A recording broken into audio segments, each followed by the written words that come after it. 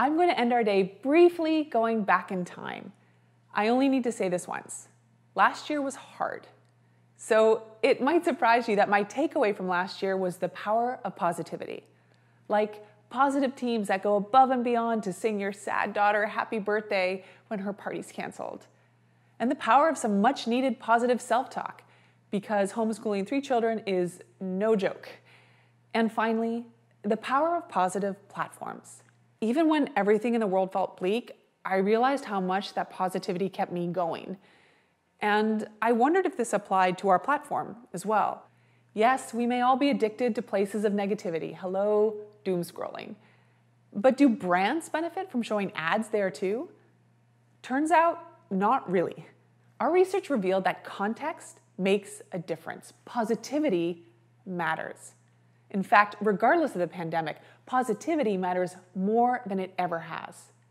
This finding in particular really stood out to me. The majority of survey participants agree that if a brand shows up next to negative content, they assume that that brand has endorsed it.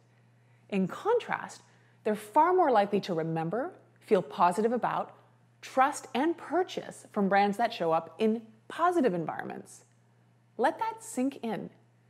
56% of adults say they're more likely to buy from brands in positive places, which tells us that negative environments drain ad dollars. And can we all agree that they're also just draining? 60% of adults we surveyed agree that some parts of the internet feel dark and scary these days. They're also scared it's going to get worse. We've been hearing loud and clear. People want a more inspired internet. They're seeking out positivity online more than ever before. And this is what gives me hope. That 8 out of 10 people who use Pinterest say it makes them feel positive. For context, just 3 in 10 people say that about social media platforms.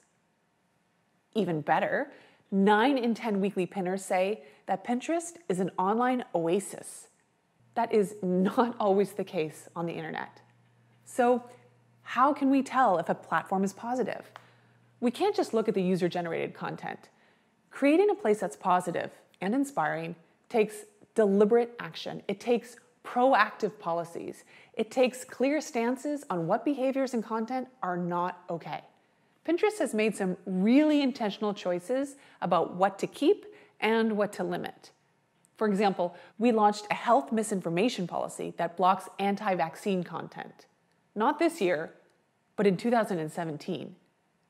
In 2018, we stopped running political ads. And in 2019, we rolled out mental health resources for people searching for support.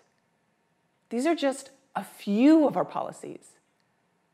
What I'm saying is, it's one thing to talk about positivity and inspiration.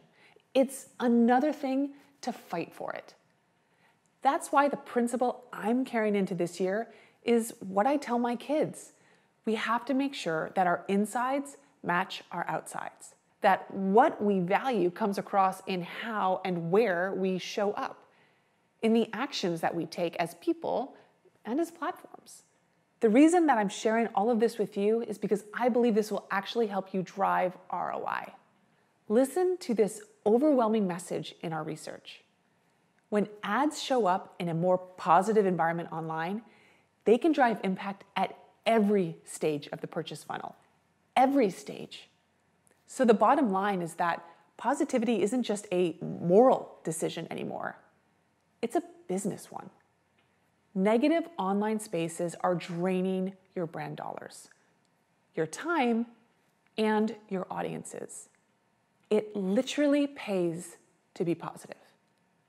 I know things might still feel dark at the moment, but here's my ask, that you'll fight for positivity this year, on platforms, in your workplaces, and for yourself.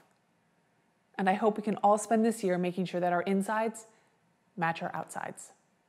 Thank you.